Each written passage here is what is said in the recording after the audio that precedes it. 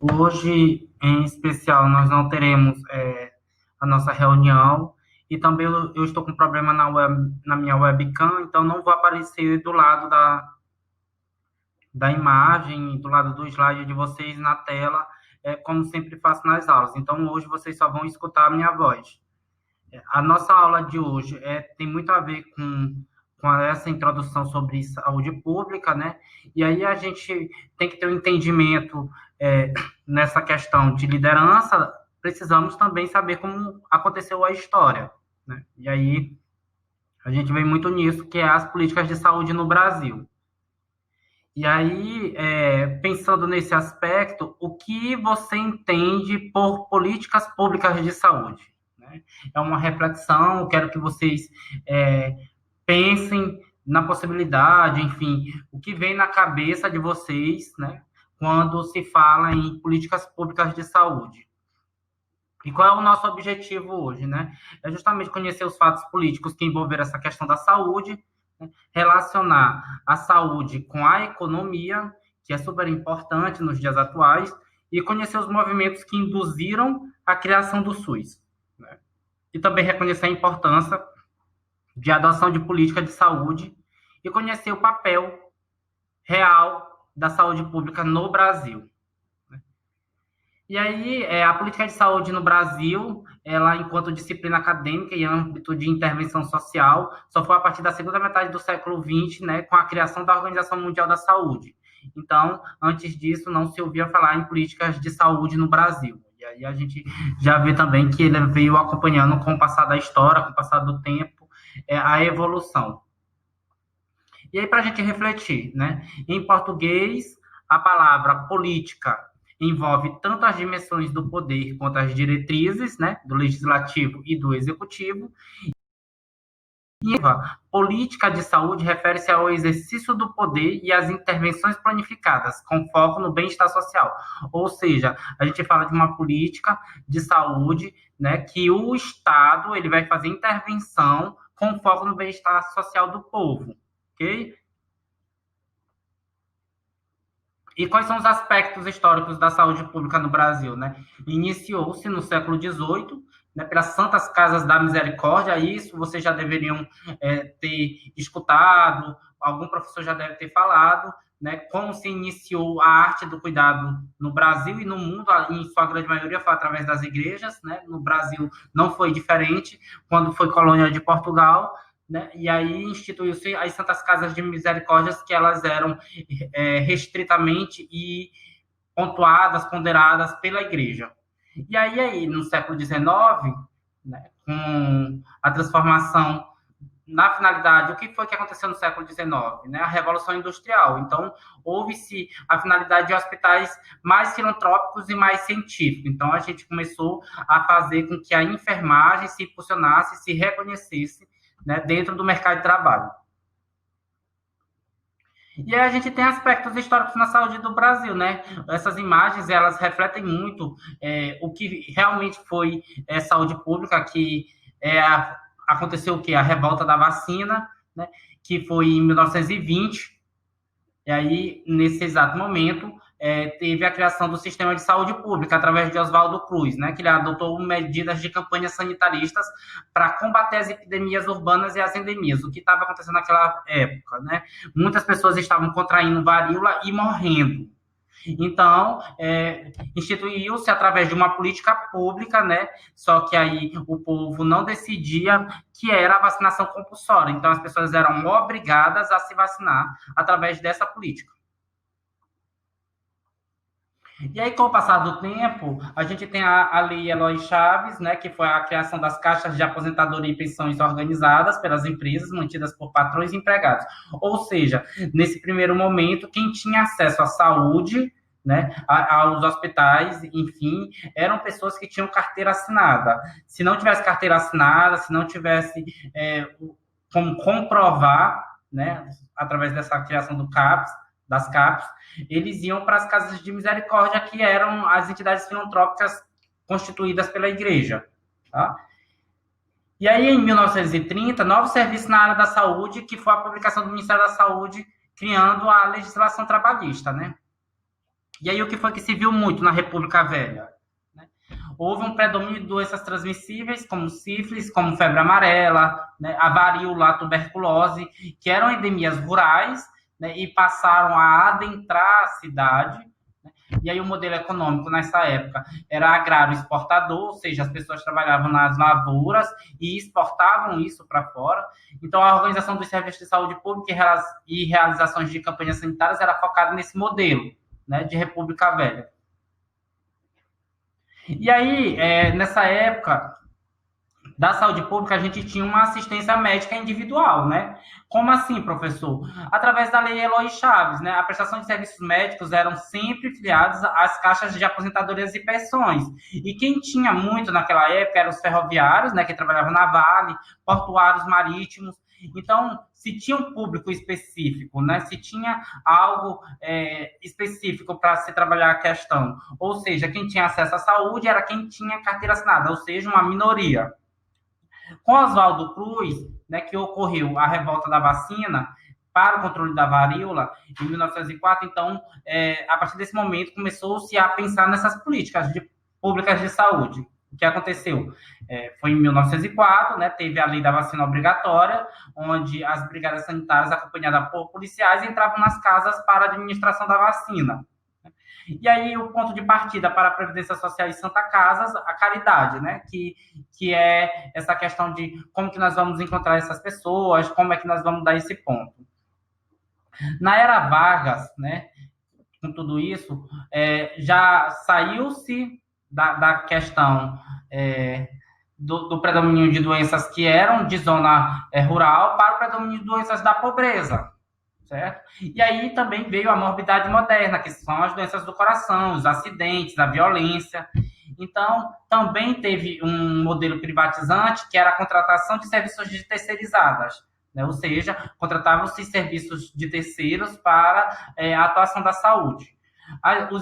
Os institutos de aposentadorias e pensões, né, continuavam desiguais, era um modelo excludente, trabalhadores urbanos com carteira assinada que tinham acesso à saúde. Então, as demais pessoas que não trabalhavam e não tinham carteira assinada, elas não conseguiam ter acesso aos serviços de saúde. Professor, agora tudo faz sentido. Meu pai, meu avô sempre falava isso, né?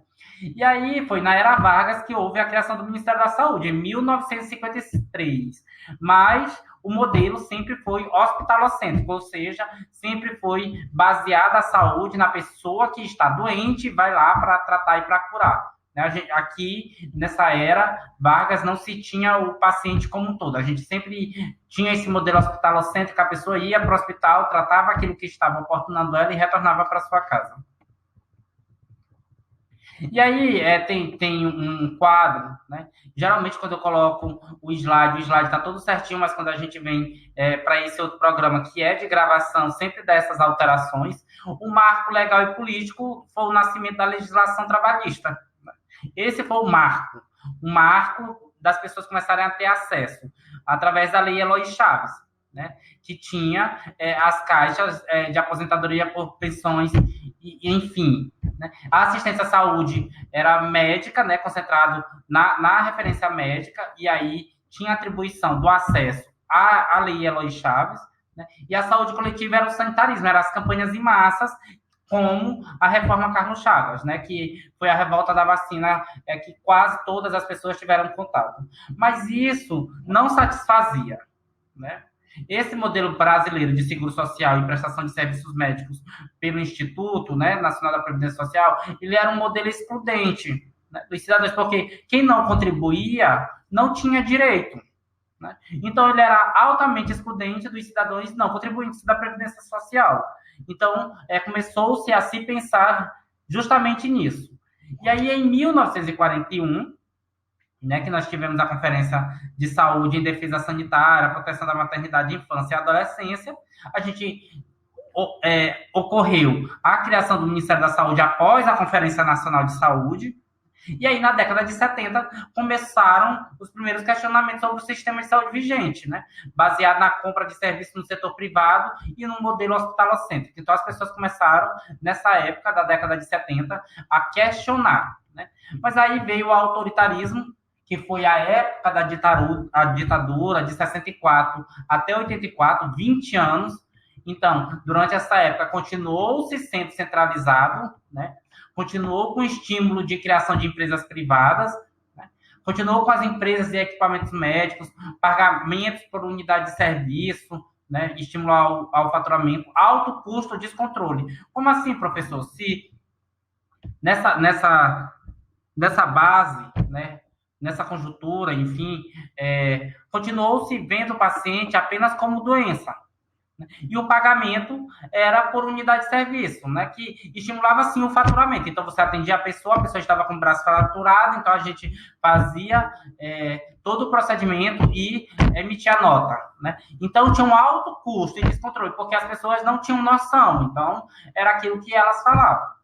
Mas em 77, o Sistema Nacional de Controle e Pagamento de Contas, que foi a guia de internação hospitalar, ele começou a ser inserido. Nessa conjuntura política e social, a gente acaba tendo um entendimento da ditadura, que teve a repreensão, o crescimento econômico, né? Porque começou a ter uma distribuição desigual de recursos, mas a saúde como um bem de consumo. Ou seja, nessa época da ditadura, as pessoas não viam a saúde como um bem-estar da comunidade. A saúde, ela vinha com uma fonte de renda, como o capitalismo. E aí, esse resultado todo do capitalismo, o que aconteceu? Teve um aumento da medicina em massa, né? A diminuição da proposta preventiva, porque não se trabalhava a questão da prevenção, a gente só ia no modelo hospitalocêntrico, que a pessoa estava doente, entrava no nosso serviço, nós atendíamos e retornava para sua casa, e o perfil médico diferente da necessidade do país. Né? Porque aqui já começou a ter as doenças que a gente falava da pobreza. Então, mas se o médico está atendendo somente aquele paciente com uma doença, então as questões biopsicossociais, nesse momento, elas não são atendidas. Né? E aí isso, o que aconteceu? Aumento da insatisfação popular, não tinha verbas para isso tudo, o sistema começou a falir, né? Uma medicina cara, com incapacidade de resolver os problemas de saúde coletiva. E aí o resultado foi justamente isso, o povo nas ruas, né, fora a ditadura, e a massa, enfim, solicitando com que tivessem acesso a tudo isso. E aí veio a Nova República. Né? E aí, na Nova República, teve um período de redemocratização, lutas entre grupos políticos, né? Porque a gente começou a ter formação de novos partidos, e aí o Estado entrou nesse processo como papel coordenador. O que foi que aconteceu? Houve a criação de programas de saúde, e aí aqui já veio os programas justamente para suprir a necessidade de uma saúde coletiva. A gente também, nesse histórico e nesse cronograma, a facilitação do acesso da comunidade. Né? E aí também foi na Nova República, nunca em um outro momento houve a participação popular dentro desse contexto, né? Dentro do que a gente chama de controle, né? Dentro do sistema, a participação popular junto com gestores e profissionais de saúde escrevendo diretrizes. A gente teve a Carta de Ottawa, que foi o primeiro Congresso Nacional sobre Promoção em Saúde. Né? E dentro delas, a primeira atividade era a criação de políticas públicas e ambientes favoráveis para que se construísse uma saúde coletiva bem eficaz, bem favorável. E aí também, nesse quesito da questão da Nova República, a gente fez o quê? Construímos a nossa Constituição, que é a nossa lei maior, né, a qual devem adequar-se todas as outras leis. Então, tudo que se rege de código de ética, enfim, de leis, ela é baseada na Constituição de 1988, né? Elas precisam estar em harmonia. E aí, com esse quesito da reforma sanitária, na 8ª Conferência Nacional de Saúde, com esse conceito ampliado, que nós trabalhamos na primeira aula sobre o processo de saúde e doença, veio o reconhecimento de saúde como direito de todos e dever do Estado. E aí houve a criação do Sistema Único de Saúde, com a participação popular, né, fazendo controle social, e uma constituição e ampliação do orçamento. Ah, professor, então foi aqui nesse momento que se criou o SUS. Então, foi nesse momento, na Conferência Nacional de Saúde, começou-se a discutir o reconhecimento de saúde como um direito de todos, né, o conceito ampliado nesse processo de saúde e doença, e a população ela começou a adentrar, vamos supor assim, a adentrar dentro deste espaço que era totalmente fechado. E aí, nessa conferência, criou-se a base, né, para as propostas de reestruturação de um sistema de saúde brasileiro. E aí eu trago uma imagem para vocês que ela reflete muito o que nós estamos falando. Né? Saúde é direito de todos e dever do Estado. Né? A Constituição Federal ela é clara, né, no artigo 196. E a saúde não é a ausência de doença. A saúde ela tem muito a ver com o quê? Com alimentação, com emprego, respeito, educação, moradia. Né? Então, a gente tem o biopsicossocial. E a gente saiu da cura para o cuidado. Então, a gente era direcionado à doença, a gente passou ao estado funcional. A gente tinha que ter o diagnóstico e tratamento. Hoje, a gente tem manejo, né, simultâneo de diversas doenças. Era um atendimento de medicina isolada e hoje a gente tem uma abordagem multidisciplinar. Professor, então, nesse contexto todo que o senhor está falando, política pública é definida como, né? O que é realmente isso? É um conjunto de diretrizes estabelecida pela sociedade, né, por meio de sua representação política e pela lei. Nós colocamos eles no poder, nós elegemos eles, então eles vão com um conjunto de diretrizes pelo nosso bem, visando a melhoria da nossa qualidade de vida, certo? E saúde pública? A gente falou de política pública e saúde pública. A saúde pública é uma atividade social destinada a promover e preservar a saúde da população. Então, a atividade social ela tem que ser destinada ao coletivo, preservando, prevenindo, enfim. E o que é questão de saúde pública? Questão de saúde pública é quando existem métodos eficientes para sua prevenção e controle, mas esses métodos eles não são adequadamente empregados na sociedade. Então, se torna uma questão de saúde pública com uma questão do uso da máscara nos ambientes, enfim, na rua. Professor, então, através da promulgação da Constituição Federal, o que acontece com os serviços de saúde, né? A gente começou a fazer a descentralização. Aí a gente tem as esferas federal, estadual e municipal. A gente começou a ter um atendimento integral, que é o paciente como um todo, não só como uma doença. Então, eu vejo um paciente de 80 anos, não só com a questão da idade, mas se ele tem comorbidade como diabetes e hipertensão, como um todo, se ele sofre violência psicológica ou financeira dentro do espaço onde ele convive e onde realmente ele convive. E a gente tem a participação da comunidade, que é essa questão que nós estamos falando sobre o controle social. E aí eu trago o artigo para vocês, né? A saúde é um direito de todos e dever do Estado, garantindo mediante políticas sociais e econômicas que visem a redução do risco de doenças e de outros agravos, e ao acesso universal e igualitário às ações e serviços para promoção, proteção e recuperação. O artigo ele é bem claro, aqui o Estado está se comprometendo e dizendo, sim, a responsabilidade da saúde da população brasileira é nossa, nós vamos garantir, através de políticas sociais e econômicas, que as pessoas não fiquem doentes, e se ficarem doentes, nós vamos fazer com que elas se recuperem. Né? Então, o artigo ele é bem claro sobre isso. E aí, juntando tudo isso dentro da caixinha, com a criação do Sistema Único de Saúde, ele está diretamente relacionado à tomada de responsabilidade por parte do Estado. Se o Estado criou, toma-se a responsabilidade por parte do Estado. Né?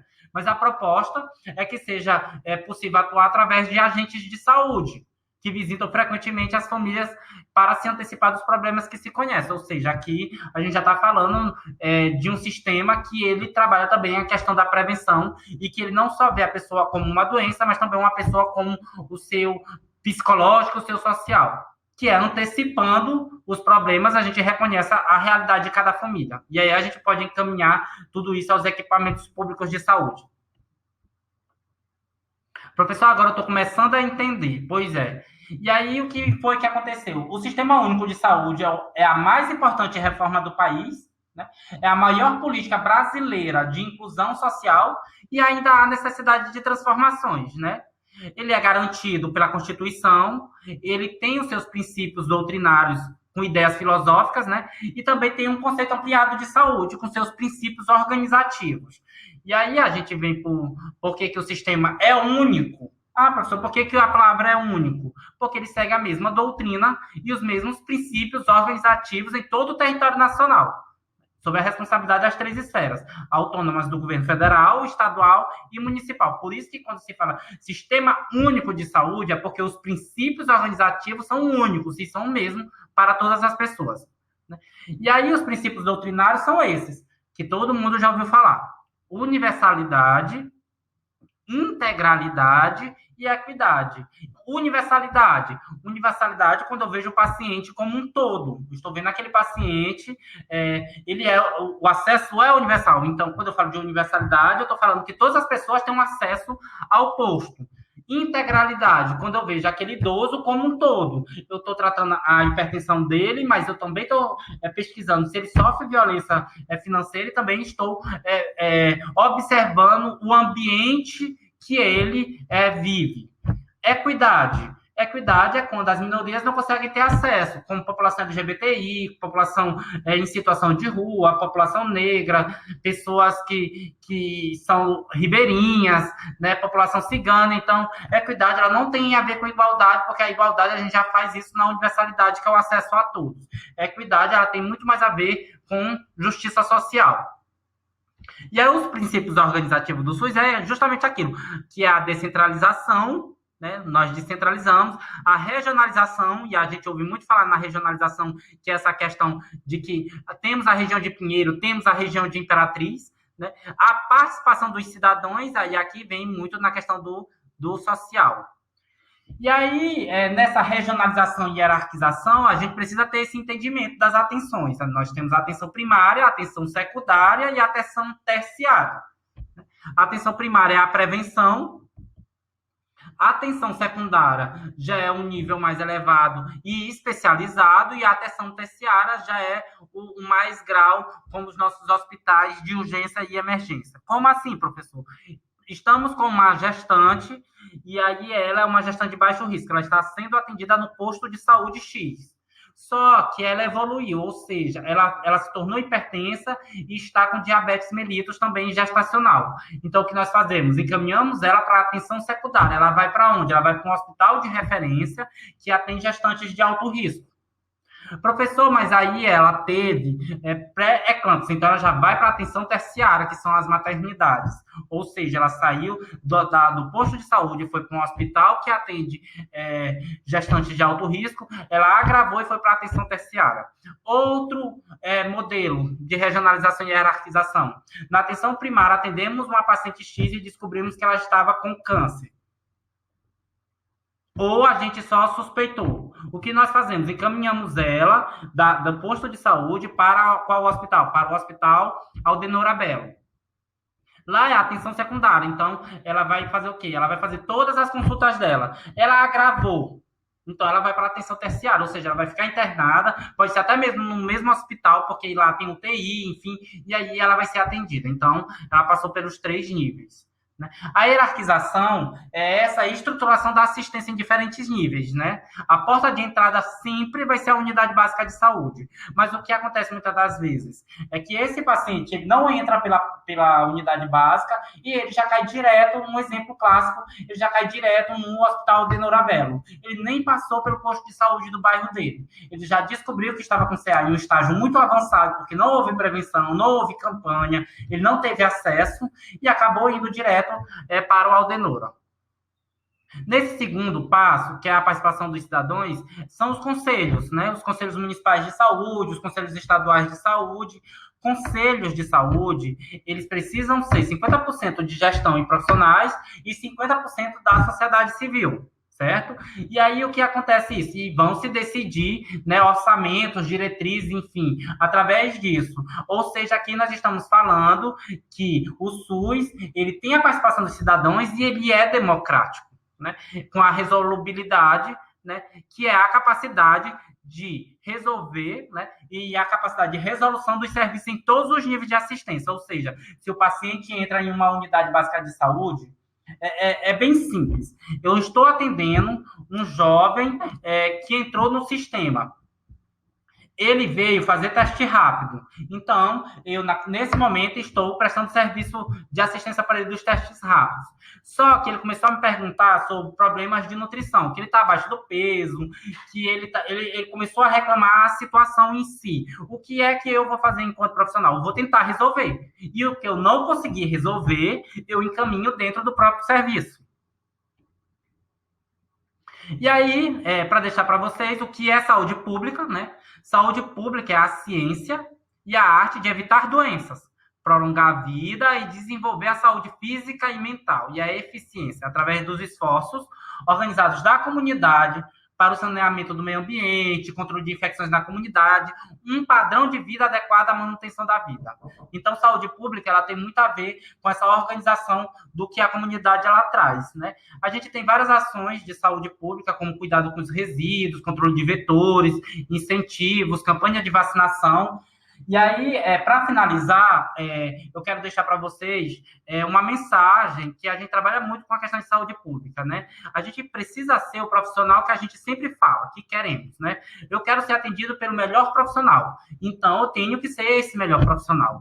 É isso, gente. A nossa aula de hoje ela é super prática, né? E aí essa frase é muito massa. A enfermagem é a arte de cuidar incondicionalmente, é cuidar de alguém que você nunca viu na vida, mas mesmo assim ajudar e fazer o melhor por ela. Não se pode fazer isso apenas por dinheiro. Isso se faz por e com amor. O dinheiro ele é importante, mas quando você escolhe cuidar de pessoas, você tem que ter um entendimento que essa pessoa tem uma família, enfim, tem um contexto. É isso. Obrigado. Tchau, tchau. Até a próxima.